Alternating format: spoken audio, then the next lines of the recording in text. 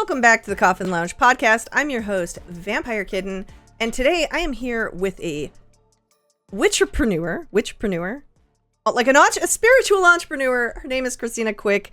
Welcome to the show. I've actually been really excited to talk to you, mainly because I think what you do is fascinating, and I think that other people would also think that what you do is fascinating. Thank you so much for having me, VK. It's a pleasure to be here. We've been looking forward to this for a long time, since like last September when we met up. So me and VK met up at a paranormal convention that we did in St. Joe last September. And it was really cool because we actually realized we have a lot of things in common. A lot of the things we were selling are very, very similar. And we just kind of hit it off. And actually, I'd been following you as Omniferal, online. Right. And so I knew the brand, but I didn't know the person behind the brand. So it was really a treat for me that I got to meet you, and I'm glad that we got to connect. Well, I was really excited when I met you because I felt like we were two peas in a pod for sure. Like I bought snake stuff, I bought plants. You were like the first starting path of my plant journey because you were. Yeah. So thank you so much for that. Now I have too many. Of course, you can never have too many plants. It's easy. It's easy to get overwhelmed very, very quickly because you're like, I can handle this. And then, you go to water on Sundays or something and it's like 45 minutes later and you're like, oh, well, maybe we should get rid of a couple of these guys, pass them on. So I'm actually fascinated with what you do. You're a psychic business coach. You're a dark witch mentor, and you are the creatrix behind Blackthorn Witches, which is a coven, correct? Mm-hmm. Mm-hmm. Can you explain a little bit about, I guess let's start from the beginning. How did you get started on this path of like helping other people on this path, if that makes sense? Mm-hmm. Yeah. So when I grew up, I was always interested in witchy things. I am also a shaman. So I dream things. I see other spirits, other entities. I'm a spirit medium as well. So I've always been extremely in tune to my psychic abilities. Luckily, I grew up in a household with a single mother who was very encouraging of those types of things. So I grew up outside of the church, which was really nice. So early on, I got to explore a lot of alternative spirituality. And so then I did like everything, everybody else does. You kind of put it away. I realized really quickly that people had two reactions. Either they were really scared when certain things would happen. If you're just around psychic people, psychic things just happen. When you're around witchy people, it's a lifestyle. And I didn't quite realize how open I was with that and how quite closed everybody else was with that. And so we kind of learn to kind of stuff our weirdness down so we can be more palatable for other people. Because I was definitely bullied in high school and middle school for being queer, but also being witchy and being psychic. And, how does she know that? And she thinks she's so much better than ever. It was really difficult for me. And so I stuffed it all down. I went to college. I became a salon manager. I always wanted to do something creative. I never really felt like I knew what I wanted to do in my life, honestly. Like I always felt like I was like kind of listlessly just kind of floating. There was nothing that I felt like, oh yeah, that's the career path I want for myself. So I ended up going to beauty school and learned how to do hair because I felt like it would be a good creative outlet. And it was during that time in like the early 2000s where emo was so popular.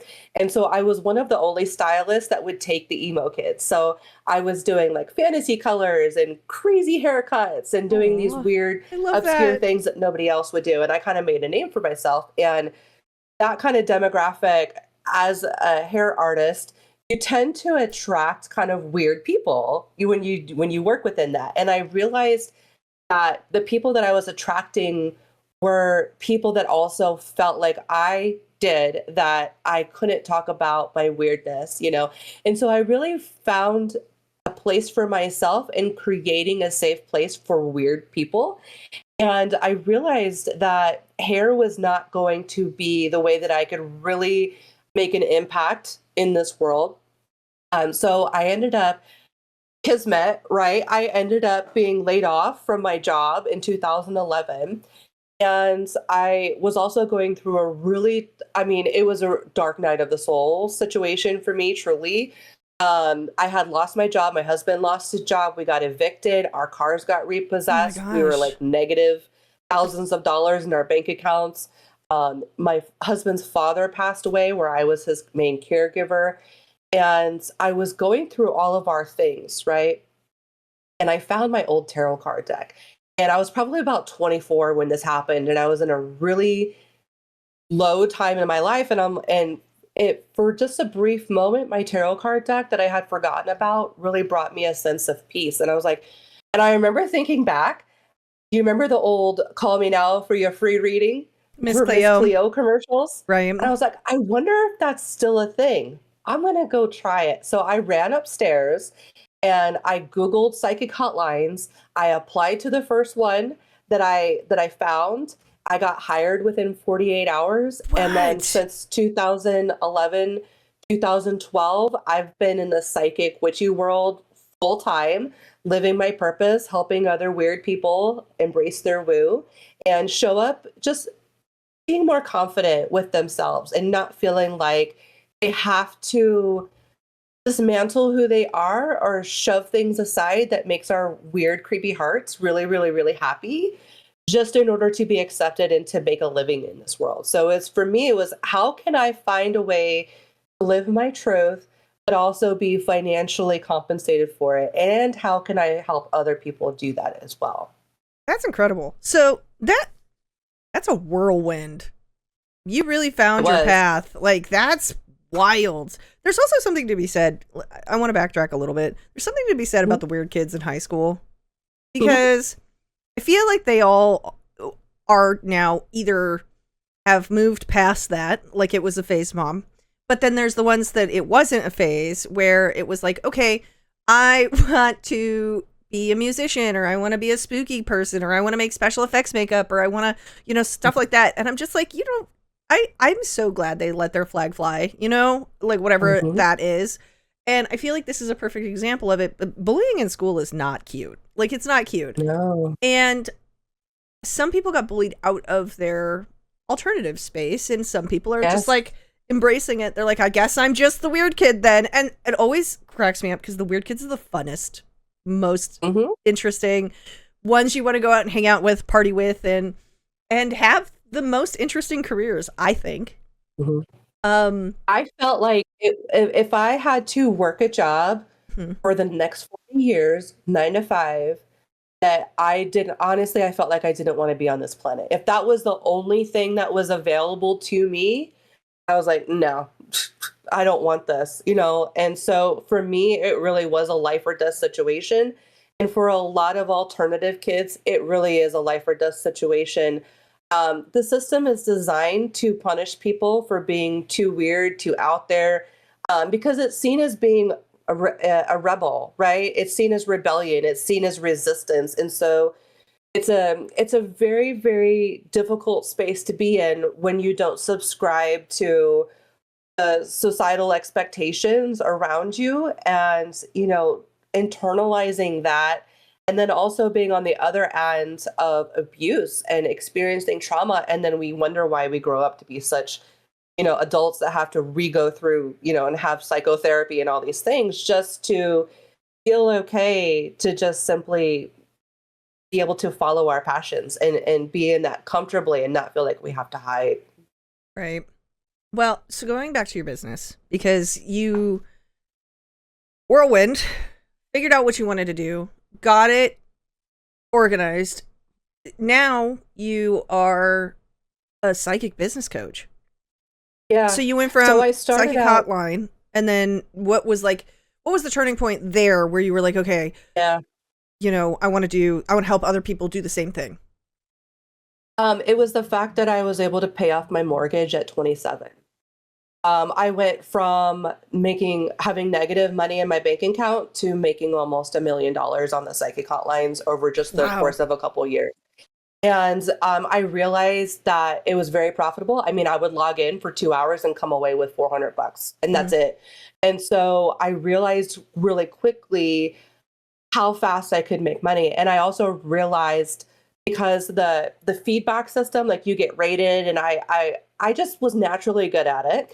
And so And I really feel like that has a lot to do with my autism because I'm an autistic person, and autistic people are also empathic. They're highly sensitive people.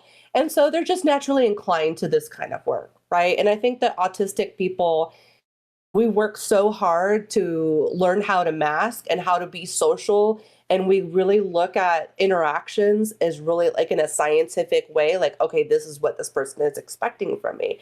And so I learned very quickly what to say that people actually liked to hear.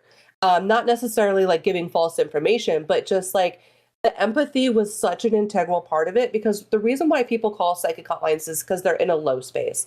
They're in a crossroads situation. They've been up all night thinking about a situation, or they're facing something like, they're wanting to choose a different college to go to, or they hate their job and they're like, well, what would happen if I just quit my job? They want to talk to someone that isn't going to give them a logical answer. They want to talk to someone who's going to give them a spiritual answer. And it always goes back to, well, what do you really want?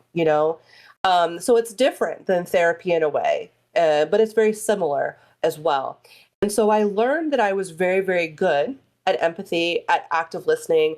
I had to learn things like nonviolent communication. I don't know if you're familiar with that concept at all.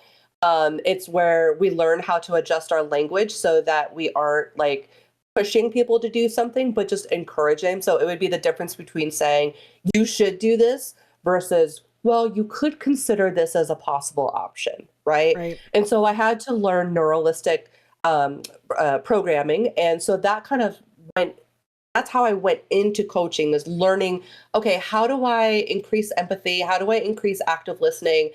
How do I become more of an empathic point of connection for these people? Because that's ultimately at the end of the day what they're craving, and what they call and pay the $10 a minute to talk to someone, right? And so then I realized, oh, this is a great opportunity. And I've always been so connected with my mother, who's a single mother who struggled, that I also saw that, if I can make $400 or $500 in a day doing this, I can help single mothers. I can help people that are in domestic abuse situations. I can help people that are in low economic situations around them. I can help people who don't have traditional skills, but maybe have intuitive skills, right? I can help people who have disabilities. A lot of my clients are disabled. A lot of them are wheelchair bound, or they have terminal illnesses, or they have some kind of disability where they still want to make an impact. They still want to help people, and they don't want to just collect a disability check, if that makes sense. They still want to be of value, right? And so I learned and that's how I opened up Psychic Hotline School. That was about 2014. So then I started helping people get on the lines, and I would have people come in that were homeless, and within 6 months start making $10,000 a month on the psychic hotlines, completely changed their life. I'm getting chills just thinking about it, because that's incredible. like what I do this for. Yeah. And so then I was like, okay, I've reached my pinnacle point. Because the psychic hotlines are not great. There is abuse on there. Some people are mentally ill. It's just sometimes a hostile environment, right? And everybody wants predictions and things like that. And when you read tarot cards, you really go into it thinking, gosh, I really just want to help people. And at a certain point, predictions and timelines and things like that, it comes to a certain point where it becomes enabling, and it doesn't become so much, as something helpful that's going to help someone change their life, right? Right. So I said, okay, now 2015 or so, I got off the psychic hotlines as my full-time job. I started working with people as a spirit medium in my own business. And then I realized that what I really loved helping people with was when they asked me, what is my life purpose? Because that question for me just was like so expansive and open-ended. I felt like that's where I finally felt like my purpose was helping people find their purpose, which ultimately it all goes back to awakening your psychic gifts and helping other people, making the world a better place, right? Healing our own trauma, healing our own abandonment wounds, our own rejection wounds, all these kind of things that we're all just kind of big kids walking around damaging other people because we're not doing the inner work, right? So I really wanted to help people do that inner work so they could be a person of value in this world, not a person who takes, but a person who gives. It's really important for me to be a person who gives. And so that's kind of where that turning point was for me. So the prophet or the tarot biz mentor, that is your basically kind of telling people or helping people find their own paths. I like what you have on here. I'll put all of your links in the description so people can find it. But what you have is really interesting stuff like rituals in magic and marketing and redefining your purpose in magic and marketing and clearing money blocks. But it's like witchy, but also business. And I love that. Yes. That is such a vibe. About 7 years ago, the market was flooded with people like me. And I noticed something. When COVID hit, everybody left. That's I am one wild. of the only people. There's like a handful of us. What do you think happened? That are left. Shit got real. Life got real. And, I think a lot of people get into like business and marketing and spirituality because they think they're going to get rich quick. Mm-hmm. And they think it's going to be easy and airy-fairy and light and fluffy and things like that. And it is when life's going great. But when life isn't going great and the world is in disarray and you're dealing with real stuff that's scary, like pandemics and, things like that, I think it's an inauthenticity thing. I think a lot of people don't walk their talk. And for me, I was one of the only, and in fact, my business doubled during COVID because everybody was at home searching for a way to feed their family. And so that's when I got people on Psychic Hotline School. That's when I started helping people, really stepping into that role of helping people set up those businesses like tarot readings on Etsy, and things like that. Teaching people how to monetize their psychic abilities, their intuitive gifts, without having to rely on the system, without having to rely on an outside economy. My goal has always been to create a niche economy and to help put money into our own witchy economy so that we can really build, something substantial for ourselves, for this alternative lifestyle that we live. I have a little sidebar for you. There is a lot going on. Well, first of all, COVID really was make it or break it. That weeded out a lot of things. And I feel like we kind of, as a people, needed that sort of reset. I always joke, COVID was obviously not a joke, but I always say it was awful, but I always say it was the best and worst thing to happen in my life. Yes. Because it had made me realize what I truly wanted. And what I truly wanted was to be myself, to be authentically myself, to start things like this podcast and to do things that I wanted to do and to move on with my life and to become, an artist, whatever everybody's path was. I feel like it was a make it or break it moment for people where they were like, well, shit, this is not what I want. And I'm glad that all the inauthentic ones weeded themselves out. However, now we have witch talk, which is a lot of inauthentic people. But, I digress. It has its place. It's fun. It has its place. Yeah. But going back to it, there was I kind of made mention of this on another podcast. There was a woman in Pennsylvania who was fighting the state because fortune telling is illegal in her state. Right. So how I actually went and I looked up where I currently live. If what I'm doing is illegal, how do people navigate that? Because I know that's probably a side swipe question, but I'm curious to see how you navigate that. Oh, it's a great question. How to do it ethically. It always, ethics is such an important part of psychic work. And I know that the psychic industry, and we fight a stereotype all the time. And there are going to be bad actors in every single field, right? Mm-hmm. There's always going to be people taking advantage. And in the psychic industry, occasionally you're going to have people that are in their vulnerable moments. Right. And unfortunately, you're going to find that people will try to take advantage of people. We have, you've probably had people message you on Instagram. Hey, I tapped into your energy and this is going to happen. But, and scammers. And so that's always going to be part of it. But I think that the people that are trying to bring a sense of legitimacy to the psychic and witchy fields are going to be happy to talk about the ethics part of it. It's a sticky subject because On one side, we have to learn how to respect the autonomy of other people and their right to pursue spiritual things and resolutions that make sense to them. But then we also have to realize where certain actions can become predatory. Okay. Right. And so what I like to say is that fortune telling is all about absolutes. Someone comes in to you, calls you on the phone and gets a reading and they say, is my husband cheating on me? And you pull the cards, and in the cards, it looks like it's happening. Okay. Right. Well, we have to understand as psychics that we can read the intentions, but we can't, but it's a disillusionment to say that, yes, this person is cheating. No, this person isn't cheating. And let's just scale that back for a second. Everybody has cheating thoughts. Everybody. Doesn't matter who you are. Mm-hmm. So the answer to that question is always going to be yes, because nobody is clean, right? Everybody, and it depends on what other people consider what is cheating, right? So if you smile, if your husband smiles at a lady, some people consider that cheating, and there's this big spectrum of what that actually means. Interpretation. Right. And so the key is always never to give absolutes. Yes, this person's cheating. No, this person's cheating.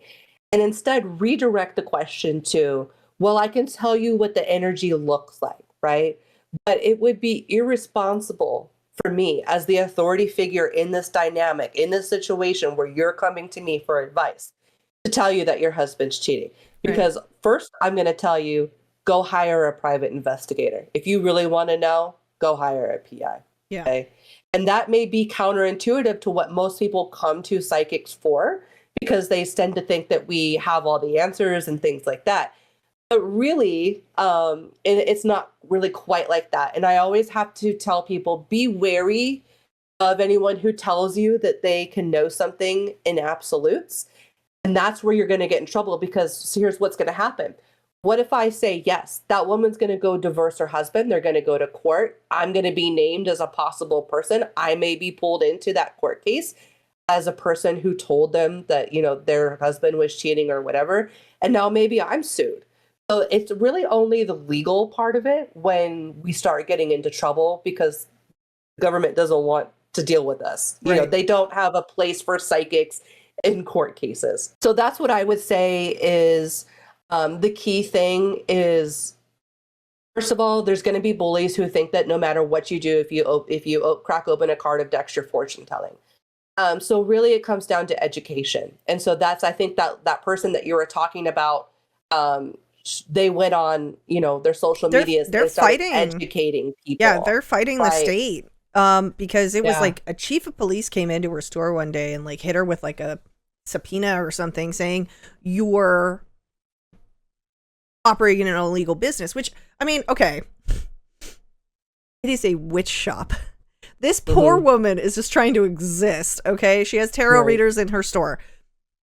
She lives in a small town. And these people were obviously bullying her. Like, it was obviously a hate crime. So obviously. So then they pull out. I'm reiterating this for listeners who have not heard this story.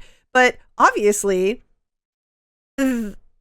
she was not doing anything. She was not harming anybody. She was just simply existing as a witch. It's not selling potions for $500 that will cure your. She was not selling snake oil.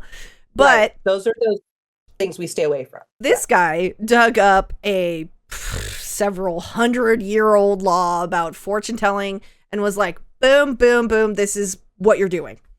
And so now she's fighting to get the law. Vendetta. There was absolutely. Personal. Absolutely. But and so that shows the sickness with the police department mentality to feel that they can do something like that. It was their ridiculous. job is to protect citizens, not to. My question is, for him, don't you have anything better to be doing? You are a police officer. You are a chief of police in a small town. I'm sure there's probably drugs, maybe some other things, like something more worthwhile to be focusing your energy on. Religious psychosis. Right. This poor woman. So she is actually actively trying to get the laws in Pennsylvania changed, which is awesome. Wow. Good for her. Love her. I can't I'm not remember. strong enough for that, but She wow. is. Wow. I follow her story. I'm still following her story because she posts periodic updates, and she's obviously like still fighting it, and she's got a good lawyer and all this stuff. But like, that's hard. How do you navigate something like that? Like, you just can't. Money. You have to have money because or support. Because the system is set up to punish people like us, and it's not set up to support people like us. And unfortunately, witches and alternative people have always typically been marginalized financially.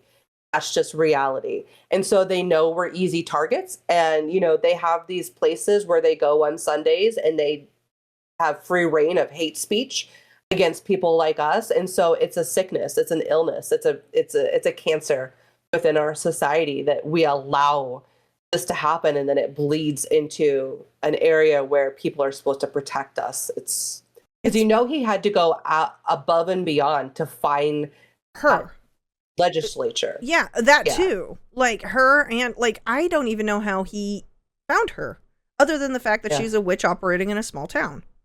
And he just didn't like it. I always think it's just a dude that was attracted to her, but has internalized misogyny. And so, I mean, I could go into the psychology of it. I'm not going to speak on that, but yes, stranger things have happened. Yeah, we always have to wonder when masculines come after feminines. You always have to wonder because it's not normal. The whole situation just feels weird. Like weird. He thought he was going to get a star for that. He thought he was going to get a badge for that. He was going to absolutely. Be a hero. No, I'm glad she's fighting it though. Like I'm so proud of her. Like I don't even know her. She doesn't even know me, but I'm proud of her. Actually, it'd be cool to have her on the show. But She's a hero. She is a hero. Going back to witch business, right? As somebody who's currently now kind of migrating a little bit more on that path, do you have advice for people, just something simple, doesn't have to be crazy, people on that path, like starting their witchy business? Like, hey, you are a witch, you want to make money on this. What is your little nugget of advice? Don't do products, do services, because products are a sinkhole for money. And you'll never really know. And the benefit of selling products with these big box stores is that they have a lot of products, so they can do A/B testing to see which products they have the money and the disposal, the ability to dispose of that money. We do not. We're just people. We're not Amazon. We're not Walmart. So we have to be very intentional. If you are going to do a product line, it needs to be super niche. It needs to be no more than, say, maybe 10 different products. Because I feel like what happens is the witches that want to sell oils and salts and candles and things like that is they don't have a lot of success selling the oils. So they're like, okay, I've spent $1,500 investing in these oils. That's not working. I'm going to go spend $2,000 and make some candles now. And then they find the same exact thing happens. The answer is not the different products. It's how you market the products that you have and being able to market them as something that's quality over quantity. So it really comes down to the emotional connection between the products that you sell. It's not just about, because the big box stores selling lots of products, like that's their strategy because they have warehouses. We don't, so we have to be super intentional with the products that we do, or skip products altogether, simply go to services. Services are 100% profit. So that is one of the easiest ways to get started making money, where you don't have to invest a lot of money in like equipment and tools and all that kind of stuff, because frankly that's a pit sometimes of no return. And I'm sure you've been through that as well as a product person. have but I found my niche, and I also am I'm a very frugal witch. I don't know if you knew that. Yes. But I am, when it comes to the things that I make, a lot of it's art and like so it's very specific, and I think that people come for that very specific, but also I think people are starting to find me as my brand. I rebranded recently, like within the last 4 years, because I used to be Steam Wolf Symphony, and I used to do like primarily cosplay stuff and things, but I've kind of grown out of that, and my business has changed a lot. And I feel like I've figured it out. It's taken a long time, but I feel like I figured it out. But I was smart when it came to not sinking in thousands of dollars into stuff. I did test runs on products and things like that. So like I took my time with it. You need that marketer's mind. You Mm-hmm. have to have some sort of business idea in order to make this, actually work. Well, and I also still had takes side 7 jobs. years to, yeah. And, I mean, there's no shame in that. Mm-hmm. There's absolutely no shame in that. We all need to do that sometimes. And then the other piece of advice I would give people is, you need to educate people on why they need your services. I think too often, our services or products, I think too often we create a product or service and we feel that then it's complete and we're like, okay, why aren't people lining up to buy this, right? And so what we do as marketers, as witchy business people, is we need to educate people on the value of the product. And that's not always like, so, okay, let's take a product, for example, a witchy oil. Okay. Right. Like a witchy oil. Okay. Mm-hmm. Now, say I'm selling this at fairs or something like that. People are walking by and they're like, what is that for? I don't even know what that's for. Like people just don't, but it could be something helpful for them, but they're not sure how to use it and things like that. So what you might do is create a YouTube channel where you're showing 10 different ways to use your oils. Or, you're talking about why you choose certain ingredients and things like that. I think a lot of people hide behind their products and they don't bring the person to the front. And I think what people forget is that people buy you, they don't buy your product. Right. So the reason why I even go to your events is because you're you. It's not about the quality of your products. And don't take offense to this, but I could actually care less. I would buy something from you if it was, the top quality. I would buy something from you if it was just some cheap little thing. I'm not buying that product. I'm buying you. Right. And so I think a lot of people don't understand that concept of, yes, you may have a product business, you may have a service business, but ultimately at the end of the day, what people buy is your energy. That's a fact. That is a fact. People, they want to be like you. Like, yeah.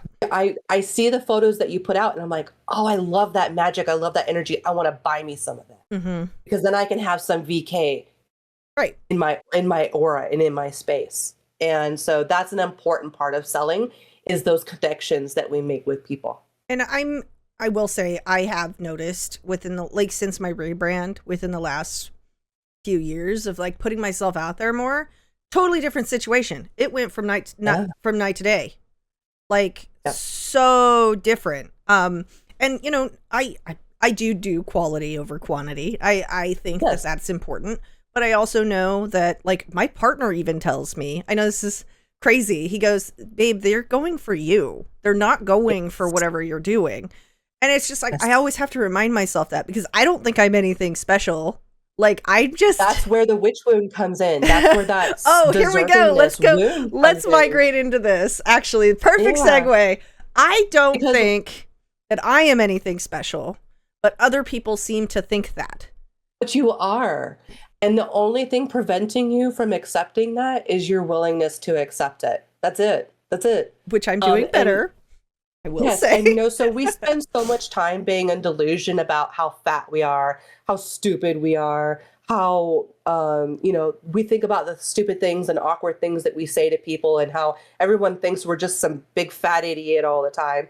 And so we spend so much time programming that negative voice that the moment people start telling us that they love our energy, that they see the value in us, we start sabotaging ourselves. And I have seen this so many times where I'll start working with them in their business. They'll start getting the sales. They'll start getting everything that they ever wanted. And then all of a sudden they feel like shit about it because they can't process, their aura cannot handle all those positive vibes. So I like to say we do therapy, not so we can get over all the bad shit that ever happened to us, but so we can accept all the good stuff that is still yet to come to us, right? And so that's where that deservingness comes in, that moment where things start working and we start following our passion. And, people are telling you how much they love your energy, how much they appreciate you, how much you help them. And there's always that voice in the back of your head that says, they're lying. They're lying to me. That's not true. There's no way I could help that person this much. And, and it's like that inner critic, right? Right. And so we really have to aggressively and fiercely go to war and go to battle with that inner critic, because otherwise we can have, and I've seen people go from having nothing to having everything and still feeling like nothing has changed in their life. Right. It's because it's an inside job. It's an internal thing. And just because you all of a sudden now have a nice house, or you have the car, or you have, the business is generating 6 figures or more every year, you need to be able to increase your threshold to handle those positive experiences. Otherwise, you're going to sabotage yourself every single time. So I think that's an interesting point. So this goes to you call this the creature wound, correct? Mm-hmm. Okay. Mm-hmm. Can you explain just in the layman's terms, what is a creature wound? So we all feel, all of us who identify as being alternative, we all feel othered by society. We all feel like we're the black sheep of the family, or what I say, the rainbow technicolor sheep of the family. Because that's me. Yeah. And so we've gone through life, especially early childhood, where we've been in a situation where we've been bullied, or we've received trauma, or we've lost friends for our weirdness, or we finally get brave enough to speak our truth, and then we're met with resistance, and we're met with like bullying and things like that. So we have learned through trauma that talking about ourselves, expressing ourselves, especially neurodivergent people with ADHD, ADD, autism, all of those labels that we use to just describe normal people, but we need those labels because there's this idea that there's some normal out there, right? And it's perpetuated by the system. So the creature wound, I started first with a psychic wound, because you would not imagine how many people are so psychic but will not claim the psychic because of all of the stereotypes that go along with it. Because they're like, oh, people are going to think I'm crazy. They're going to think I'm a witch. They're not going to let their kids play with my kids. I'm going to lose friends that are ultra religious. And yes, that's true. And then it's an unfortunate thing, and it does happen. And so we kind of learn that through this wound, that we have to kind of buckle down and kind of shy ourselves away and shrink and shrink and shrink until we don't know who we are anymore. And then I started working with witches, and the witch wound is incredibly profound because we have the burning times, we have the Salem witch trials, we have the Crusades, where there was literally times in history where mass people were killed for being allegedly witches, right? So there's that fear of persecution, there's that fear of judgment, there's that fear of being, because back in those days, the community aspect was everything. If you were kicked out of the village, you no longer had access to bread, milk, vegetables, water, healthcare, all of the things that you need to survive. So that's why there's this trope of the witch living on the edge of the village, because she's been pushed out, right? Right. And so there's this overwhelming fear of rejection, and we are a communal species. So that is like devastating to our psychology. Now, the creature wound is something that I've kind of recently started working within.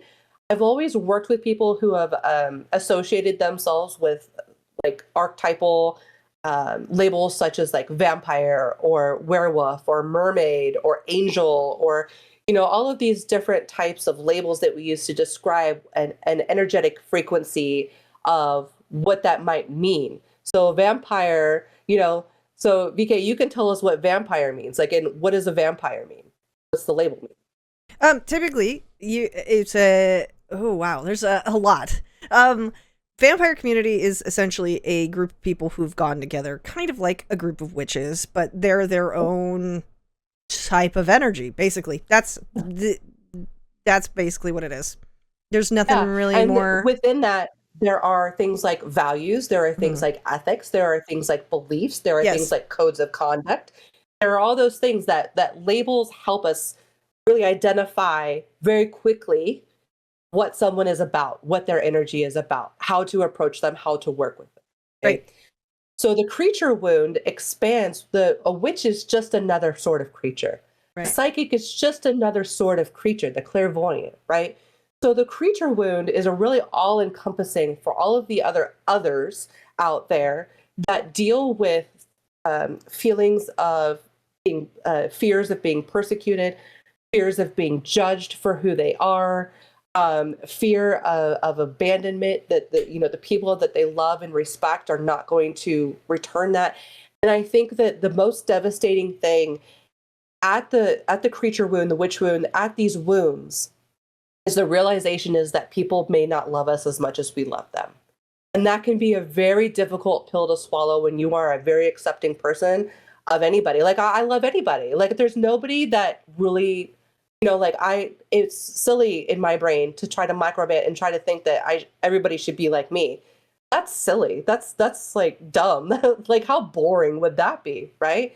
And so I love people that know who they are, and they work within this framework of being a creature, whatever that kind of looks like. And realizing that once we kind of heal those wounds and step into ourselves more confidently, all of this opportunities, situations, and people that are going to fall away as that happens.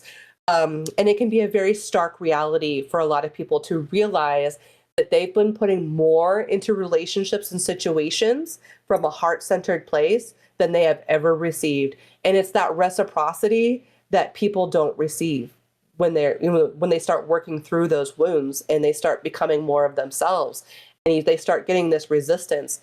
And I think that's what keeps most people from actually going deeply into this, as far as like acting this out in certain psychotherapy or psychodrama ways, doing shadow work, as we call it, in the witchy world, right? And so that, I think, is probably the most devastating thing.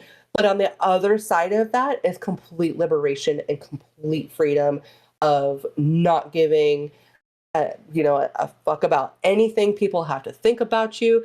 And it's like, how sick do we get? I had skin cancer, so I was cancer survivor. I also have autoimmune issues. I also am a spoonie. I deal with chronic illness all the time. And so much of that has healed just because I'm no longer under the duress and stress of trying to mold myself to fit into every single interaction of the day to make sure that I am acceptable, or people approve of me, or people validate me. And instead, I've taken that energy and I've said, you know what? I'm not concerned about fitting in.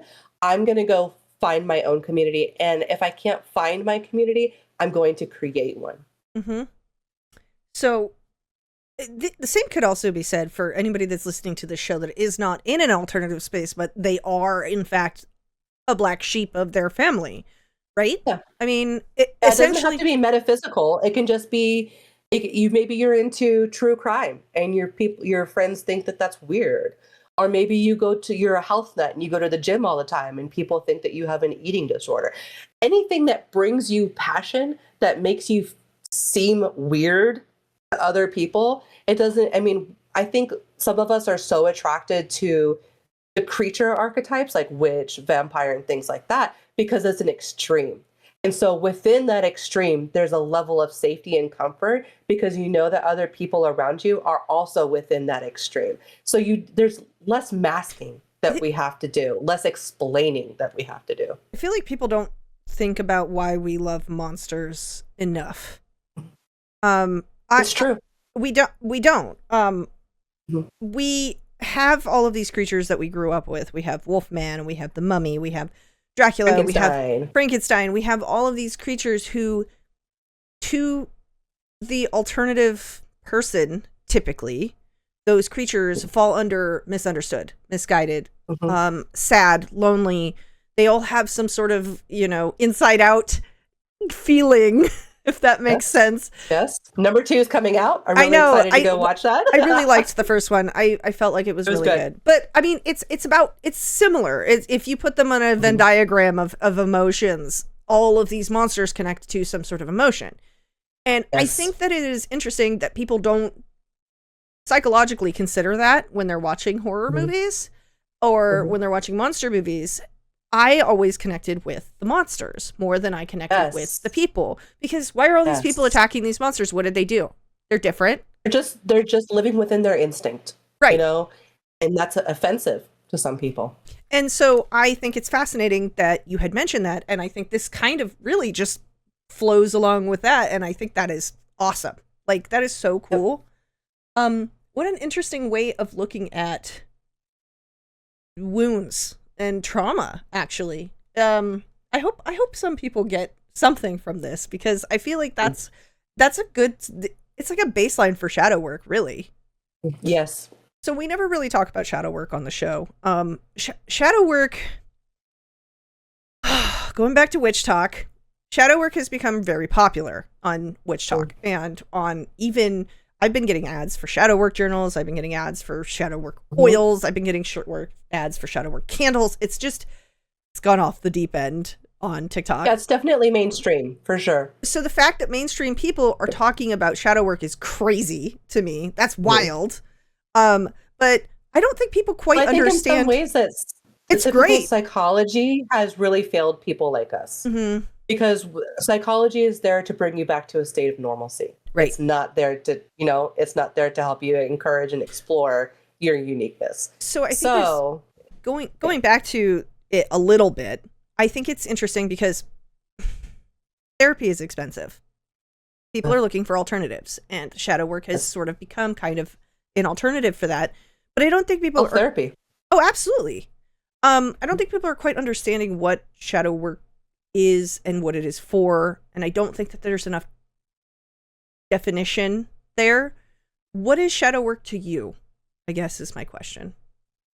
Shadow work is when we look at habits and routines that we lock ourselves into that don't necessarily bring about the best version of ourselves, and being able to recognize through pattern recognition, recognize those patterns of self-sabotage, and just gently poke and prod that and ask ourselves, why do we do that?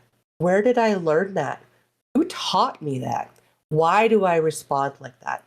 So it's a self-questioning tactic, and it really helps us take the pain of trauma or a feeling, say, jealousy or insecurity or something like that, take it outside of ourselves, contextualize it as something that exists outside of ourselves, and then be able to look at it and say, why do you exist? Without internalizing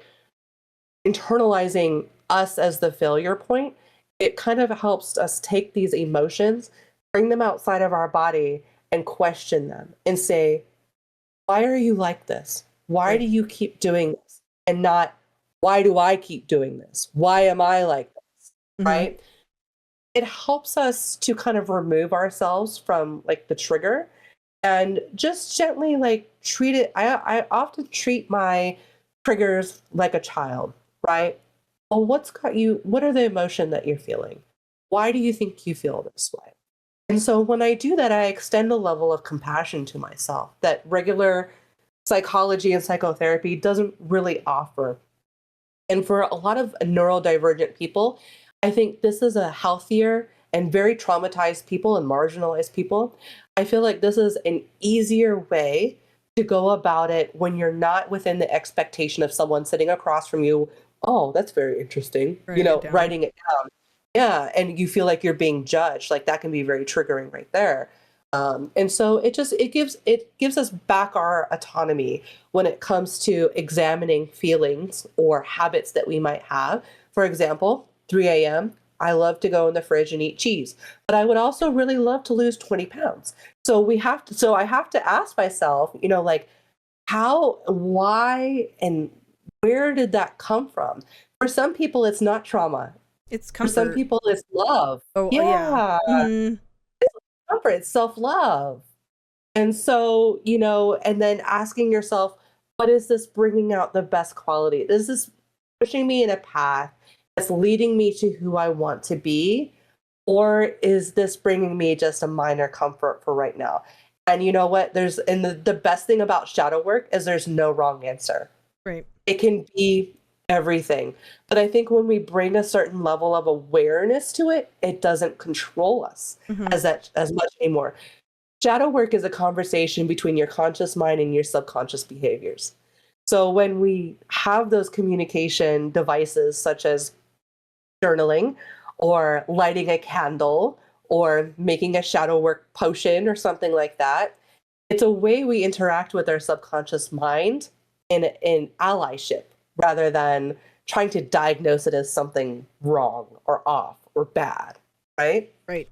I think that people could also take some, I guess what I'm kind of going towards is I think people need to be kinder to themselves. Yeah. I think that I have learned over the past few years, going back to what I said, where like, why are people even coming to see me? I have been practicing in the last couple of years being kinder to myself, doing kind things for myself that aren't necessarily like going for a walk. That's me being kind to myself, you know, or spending more time painting or spending more time with my dogs. And instead of, you know, couch rotting or bed rotting or sleeping because I'm depressed, whatever, brushing my teeth in the morning, even little depression things that don't, For you don't neurodivergent people, think about. hygiene is hard. That's what I'm saying. Like, being kind to yourself and doing something nice for yourself doesn't necessarily have to be buying yourself something. It's go wash your face, go brush your teeth, go take a shower. If it makes you feel better, practice being kinder to yourself. And I think that is a very important lesson that I have learned in the last, like, since COVID, being kinder to myself and not taking things that I do, like not harming myself in ways of, I guess, inactivity. Does that make sense? Sure. Hopefully. Yeah. Yeah. And, you know, if inactivity is something that, you know, contributes to you not feeling well, then we know it's a problem. Right. Whereas for other people who are workaholics, inactivity might be their prescription. Right. Couch rotting might be the thing that they need to do. They need to take some time. Yes. And so it's so individual, and it just really depends on the individual person, you know? And that's what I love about shadow work is that it's so individualized. There's not like a protocol or diagnostic manual that tells you how to treat something. It's really getting back to the heart of empathy and really getting back to the heart of connection with people. And I feel like this world, I mean, if you think about the last 100 years, this world has gone crazy. I mean, we were not biologically engineered for the world as it is right now. I believe that fully. We are inundated with so much marketing, so much stimulus on a daily basis. We're literally all just children trying to figure this out. And so I feel like that's a big reason why there's such a mainstream commitment to witchiness and shadow work and, you know, all that kind of stuff right now, because as a society, we truly are sick. And the only way we're going to learn to get better is, like you said, being kinder to ourselves, developing that emotional intelligence to be able to discern within ourselves what is contributing to this negativity and how can I improve upon it. And, you know, every single day trying to make things a little bit better. There's a really big phrase that I really love. It's called spiritual bypassing. Have you ever heard of that phrase before? I don't think so. Oh, good. Okay. Let me tell you about spiritual bypassing. So spiritual bypassing is also a concept of basically not viewing everything as love and light all the time. So there's this tendency for ourselves to say, oh, just think positive, you know, and that will change your life. Or the one I really love is when they tell people with chronic illness that the reason that they're sick is because for some spiritual reason and not biological, right? So it's kind of like dismissing pain as being something that you can kind of just think your way out of. And unfortunately, that's not true. And I think that's another key reason why a lot of these people left during COVID, because like I said, stuff got real and they could not handle it. They did not have the emotional and intellectual ability to process this because they were so involved in like the love and light, what I call the love and light dynamic, which that there is a place for love and light, and love and light is perfect. And it's always a good idea to remember that everything's love and everything's light. There's a balance. But when you're in the breakdown, no amount of love and light is going to help you, baby. It's about being able to be real with where you are. And I think a lot of people are starting to understand that. And I think the church is one of the most guilty people when it comes to like the love and light, just pray it away. And it's not working. It's not working for people. So that's, spiritual bypassing is where we tell people that their source of pain is just because they just don't love themselves enough. And that is so harmful, especially to someone who is already energy of being, it's not trauma informed work. So I think, I'm realizing as I'm talking to you right now, VK, that a lot of my work is trauma informed. And I think that that's a key right now, as far as really helping people and giving people the tools to empower themselves to just become happier. And it's never about healing. It's just about becoming, remotely happier every single day until eventually it becomes a habit. And then, you wake up one day and your whole life changes. Has that ever happened to you where you wake up and you're like, oh, this doesn't bother me anymore? Yeah. I've had, Yeah. yes. And you're just huge shift. You're just like, why did I spend 4 years in that dark place about this? Like, it does not even matter. And it's that daily incremental shadow work that we do, examining it, looking into it, probing it, being gentle with it. And then eventually your inner child, it's all inner children. It's all inner child work. And eventually your inner child's like, I'm safe.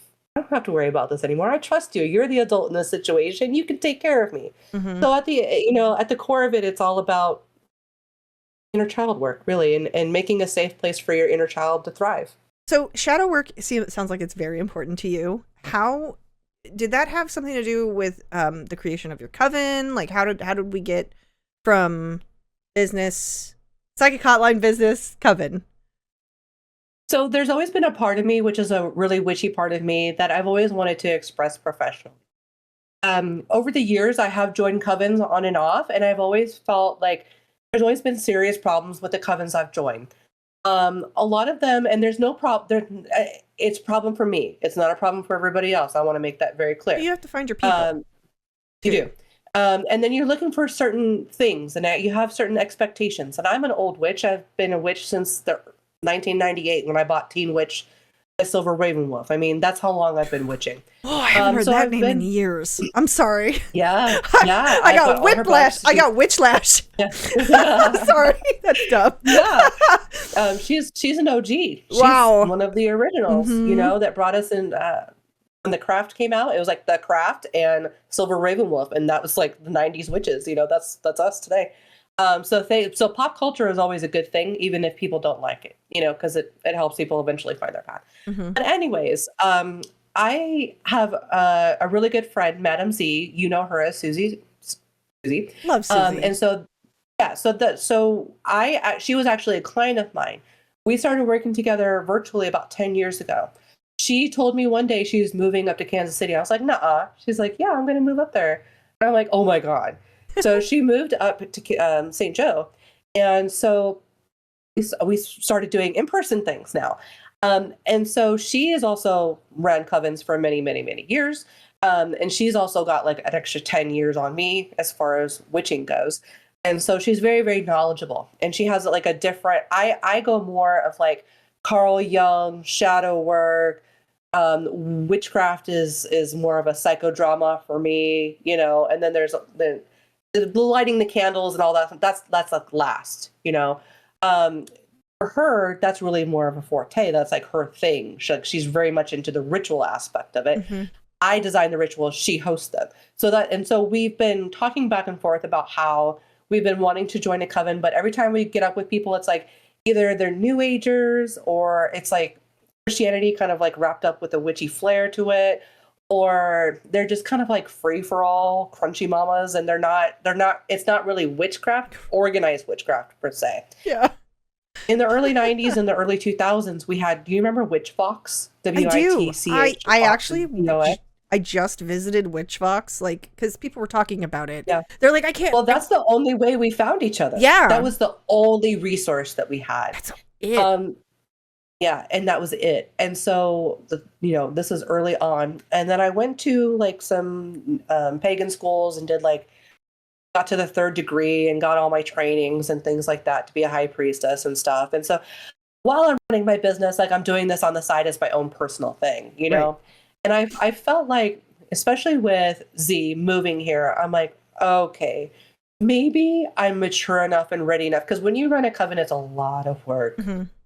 So much work that goes into it, designing the rituals, making sure it's a safe space for everybody, setting the code of conduct, the boundaries, the energetic space, making sure everybody's heard and being available, educating. There's so much that goes into running a coven. Now, since she's up in St. Joe and I'm here in Lee Summit, so it's like we're like an hour and a half kind of difference. So it doesn't really make sense for us to get together like to do an in-person thing. We're like, well, you know what? Let's do like a hybrid in-person and virtual coven where it's virtual, but we have like an in-person element with me and Z, right? And whoever else wants to join us. And so when we were talking about how to create this coven, we were talking about all of the things that's really important to us that goes into a coven. And for me, it's organized witchcraft. And learning, kind of like going back to the basics, learning those original skills, because I feel more like if you learn the original skills, then you have a base of knowledge, then you can go off-roading with your witchcraft and you can do whatever you want. But having a basic understanding of what a ritual is, what are the elements inside of a ritual, how do you open a ritual, how do you close it, what are the activities that kind of go along within that. And so for us, I really wanted to tie it all back down to shadow work. So we were like, okay, shadow work for witches. Well, what are some of the triggers around witchcraft? Okay, so some of the triggers around witchcraft are things like summoning demons, making pacts with entities, speaking to the dead, necromancy, divination, the art of fortune telling, and things like that. These are all kind of scary things that, witches tend to kind of shy away from. So we were talking like, we're going to create a coven that's about giving witches a safe place to explore these more taboo kind of subjects. Because the worst thing in the world is for a witch to be afraid of her power, in my opinion. Right.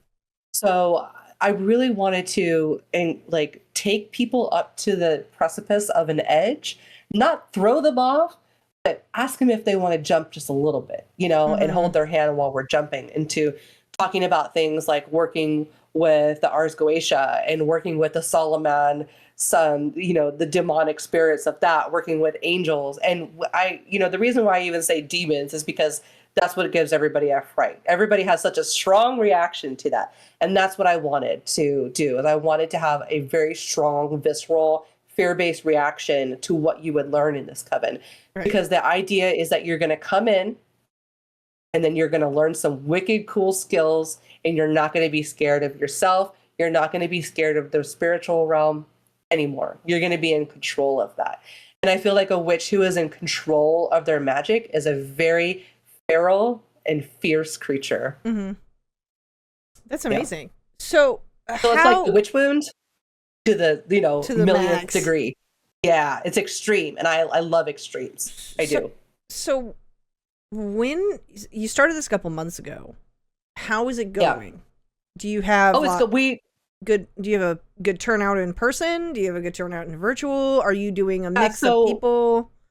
Mm-hmm. How is it work? So we have 9 people in the coven right now. And Z and I, it was really important for us to not take a lot of people because I want to make sure I'm making a relationship with every single person that comes in. We said we'll take up to 13, but we're not doing more than 13. Mm-hmm. We had 9, including me and Z. So we had 7 people, 7 ladies come in. And so we're kind of like beta testing this. I'm literally writing the program as we go along.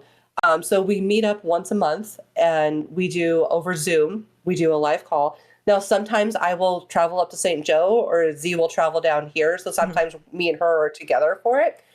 We definitely consider ourselves, I'm the high priest. She is the high priestess. So it's my job to create a safe place for the high priestess to do the channeling, right? My job is more like administrative, creating the documents, writing the rituals. Her job is to embody what we work with is called the Dark Mother.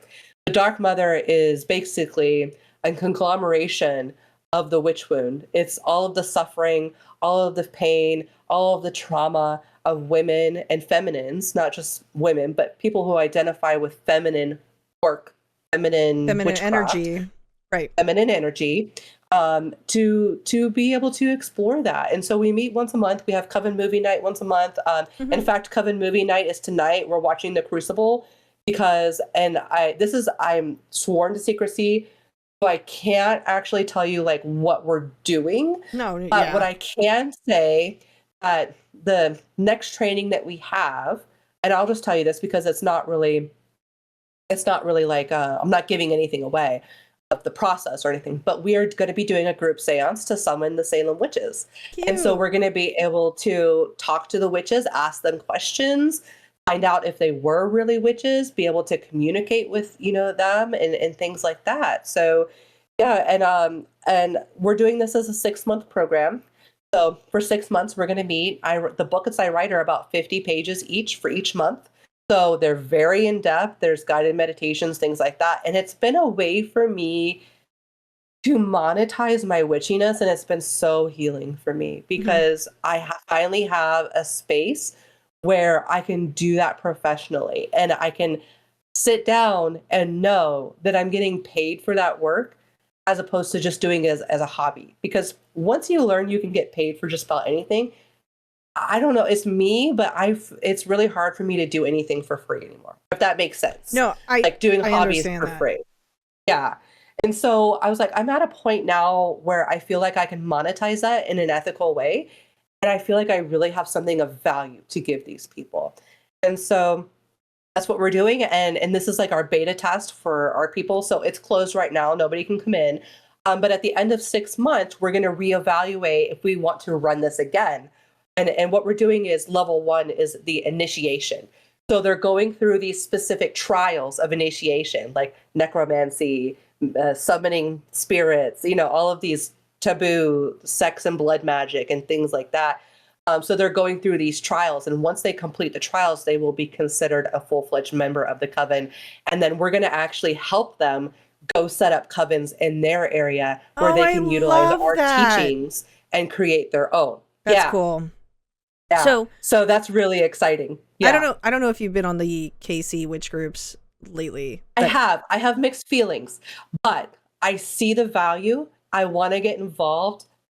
I'm such an old school witch and I just don't know. That's understandable. Totally. Yeah. I love these groups, but I'm very arm's length. Like, you guys can do what you're going to do. You guys can do whatever you want to do. Stay, I recently joined a coven, and I will admit that. And I love my coven, and the people that are in it are incredibly healing. We have had healing moments. We've had trauma moments. We've had growth moments. We've had learning moments. I feel like the people that I'm currently with are incredible women. Incredible women. Is it like talking stick kind of style where you kind of go round robin and it's kind of talk about things? It just is free That's what flowing. we do more like that. Yeah. We're kind of silly, and we're a free flowing whole situation. Like, it works for us. More intuitive. Yes, and very intuitive. We are a very intuitive group of women, and it works for us because I don't want to go into really all of what we do and everything, but it works for us. And I have noticed that there is a big uptick in the KC, because now I'm in charge of KC Witchy Women group a little bit. Oh, I'm a moderator. Congratulations. I'm a moderator. I'm not like in charge. There's still a bunch of women running it. You're a leader. Like, you're a leader within the. And I want to offer some things to the area, and I have been trying to actively been doing that. But there is a huge uptick in women wanting a coven space, and there isn't really. Some of the groups I have been, how do I lightly discuss?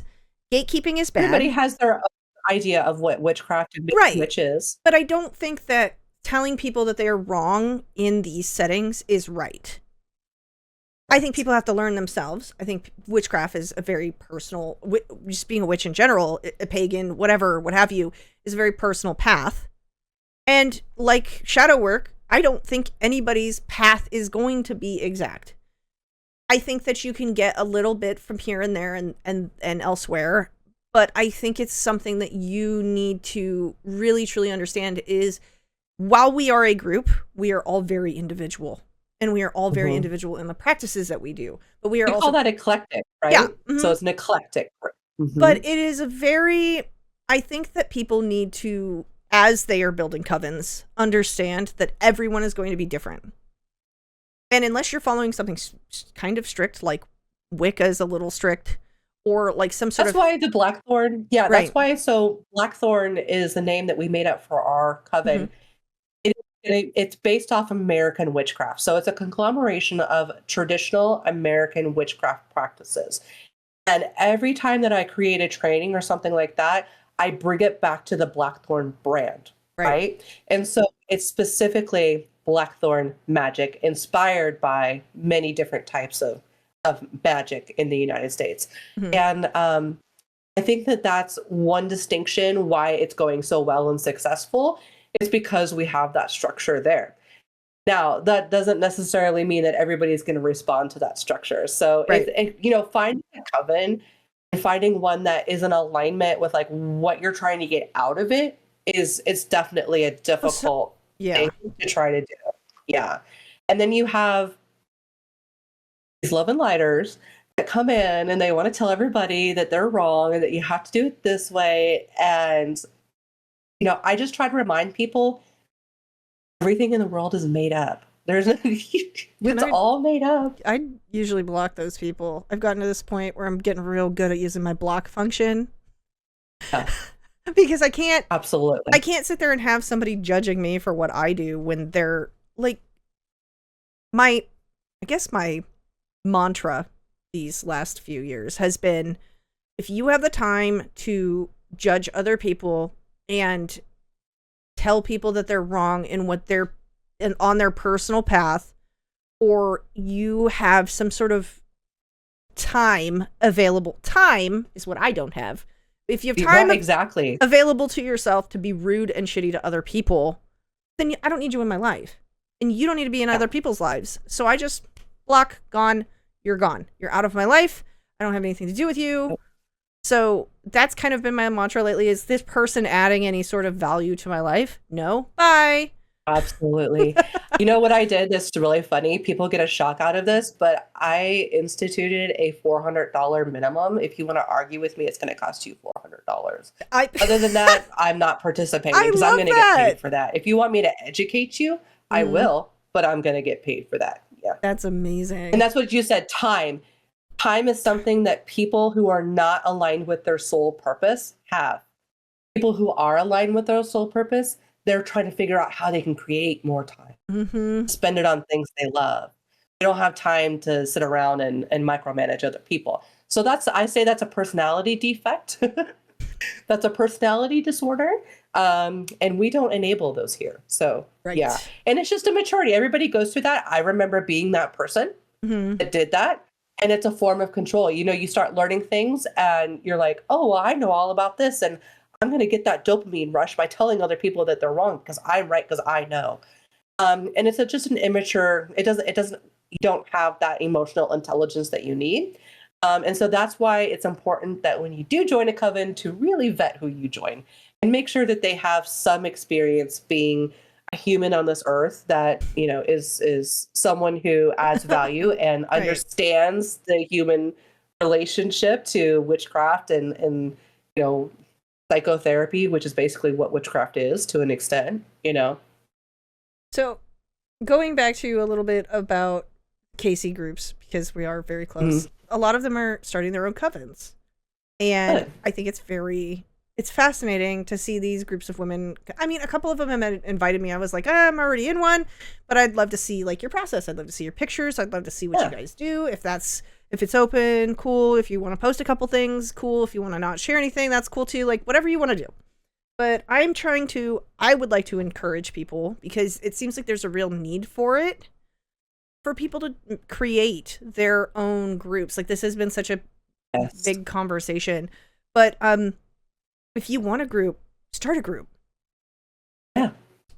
Somebody that I know. But most people won't do the work involved in that because they like the idea of the fantasy of it, but they don't like the reality of the work that goes into it. That's that's an important distinction.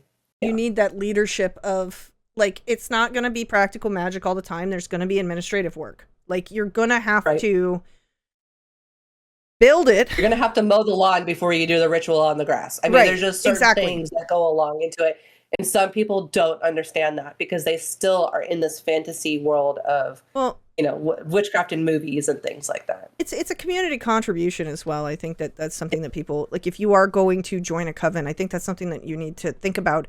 You can't just take. You have to be part of it. You have to commit to it. You have to be involved in your community, because if you're not, like, even if you can't, like, I can't host right now.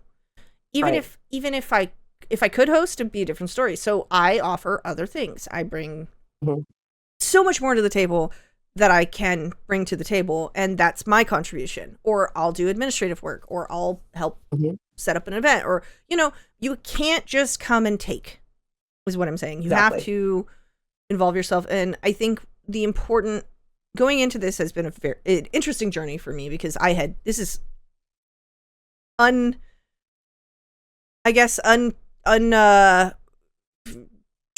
treacherous waters, I guess, is kind of how it feels. Like, this is all very new for me. This is a new path that I'm on. And I think that my advice going into something like this is to make sure that you are fully in it for what you want, but also for what the other people want. Like, you can't just come in and take. You have to give, but also you can't judge. And I think that's like, if somebody wants to do like what you're doing, if somebody wants to like think about, you know, darker, I say darker because I'm along the line. I feel like there's not light without dark. You have to balance that stuff out. But if there are some people that are darker in your circle, don't judge them. They're on their own path. That has nothing to do with you. Use it as a launching pad to examine why you're uncomfortable with it. Exactly. Going back to shadow work. Is there anything else I was going to ask you, since we're talking about witchy stuff, what is your favorite method of divination? So cards are always going to be first and foremost for me, because that's where I learned. So I love cards, tarot cards, oracle cards, Lenormand cards. I love Lenormand cards. They're one of my absolute favorites. They're great for fortune telling and talking more about the mundane things. Tarot cards is my first love, so I'll probably always be a tarot card reader. And it's just so fascinating how it goes back to psychology and Carl Jung and the hero's journey and things like that. And it's just such a great way to I use tarot cards a lot like Rorschach devices, where you're like, what do you see in the picture, you know? And it kind of gives you a clue as to what people are feeling internally. And so it's a very, very open-ended kind of. It's a really intuitive way to read. It is. But I just recently started getting into my dowsing rods. Oh my God, I'm so into this. I take these on whenever I do paranormal investigations. I take these on. And because they work without you doing anything to it. So they just do it on their own. And I think that's just so fascinating. So I was going to ask you if you have any questions about the universe. I was going to say, like, maybe we should ask some questions. So a cross would be a yes, and then going apart would be a no. So you can ask like anything. Like, so I'll start us off. Okay. Okay. Do aliens exist?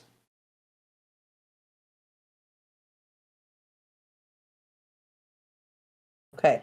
So what I'm getting is one cross, and they're not crossing exactly. So the way that I would read this is yes, but it's a soft yes, and not the way that we think. So we may have this concept of like little gray aliens or something like that.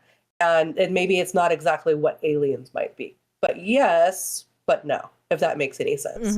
Not in the way. So you go ahead. What's a question you have about the universe? Oh, about the universe. Anything. Oh gosh, you're putting me on the spot. I have no idea. Were vampires at one time real?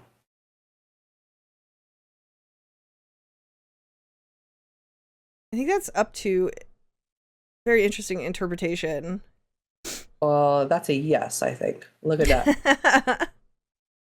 So yeah, there was something at one point in time in history that inspired the vampire mythos that was very real. Absolutely. Oh my gosh, I don't even know. I don't even know. You got me on the spot. I have no idea. How about, what do I want to ask about? Oh, so it has to be just a general question about the universe, right? It could be whatever you want it to be. Be anything. All right. All right. I'm thinking about it. Will my business be successful? Sorry, hold on just a second. Just get my fingers.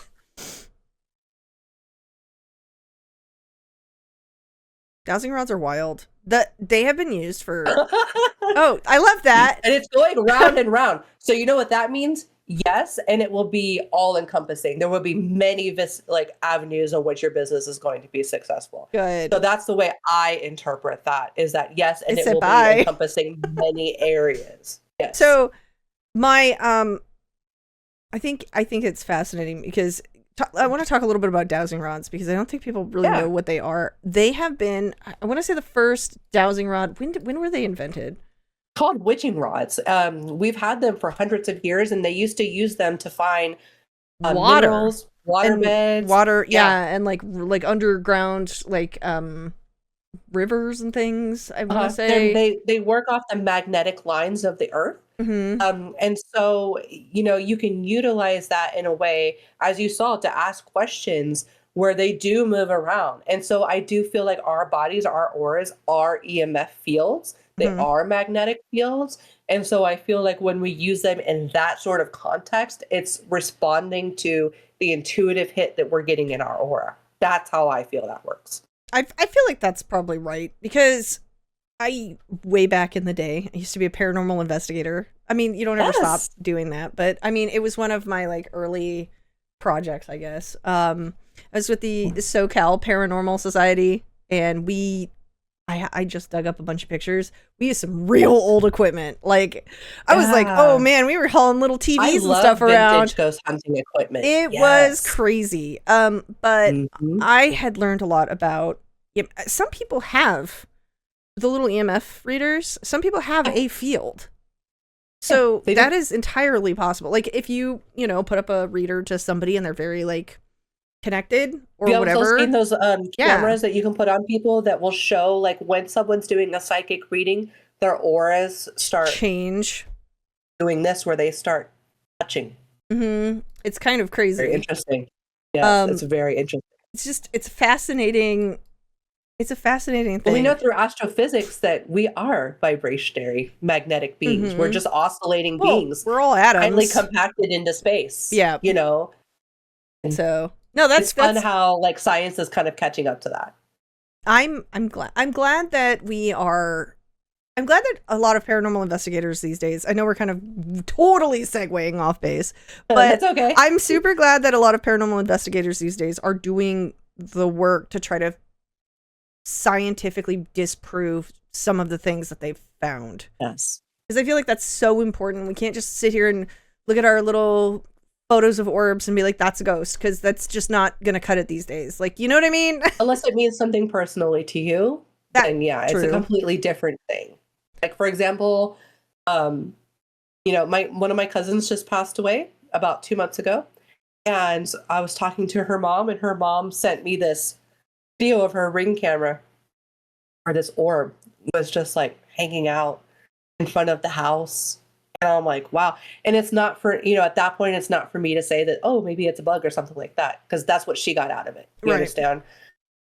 When we're paranormal investigating, and that's the key difference between being a professional medium and being a paranormal investigator, right? There is that distinction where in paranormal investigating, we're trying to debunk. That's the main thing. Right.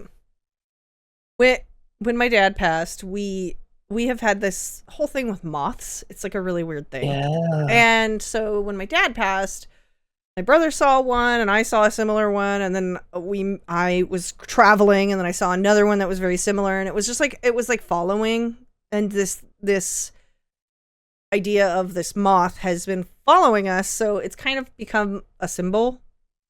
Yeah. Yeah. So I totally understand that. I get that. But yeah, I'm so glad we got to talk today, because this was fascinating, and I had such a good time discussing so much awesome witchy business stuff with you. Fringe stuff, that you don't get to talk about too much, so that's great. So where can everyone find you online? Yeah, so I have a website called www.theprofitablepsychic.com. That's where you're going to find a lot of my professional trainings. I have courses to help you start your business and to start getting sales. I also have a Discord channel. I'll get you guys the link for that so you guys can come in and hang out with the community. I have lots of trainings. Like I said, I've been doing this for almost 20 years. So I have literally I have hundreds of hours of content available, even just on my YouTube, that you can watch for free. And then I have hundreds of hours of content that's premium content that you can purchase if you're really serious about, building a business or getting in touch with your life purpose. I'm also on Instagram. I don't spend too much time on there anymore, but usually I'm in the Discord. That's the best place to find me. Okay, cool. Well, thank you so much for having an incredibly insightful conversation with us. I hope some of our listeners actually take some things away from our conversation today, because I feel like it was very insightful. I know I said that several times, but it was like, I thought it was great. You are a wonderful person. Thank you. I'm going to say love and light because you deserve it. Yeah, thank you. Sorry, I was being a little facetious. I know, that's it. And I appreciate you for coming on the show. You can listen to the Coffin Lounge anywhere podcasts are syndicated. Coffin Lounge is available on YouTube, iTunes, Audible, Spotify, anywhere you listen to your favorite podcasts. Please subscribe. Please let us know who you'd like to see on the show next. And thank you all. Have a great rest of your day, and we'll see you next time.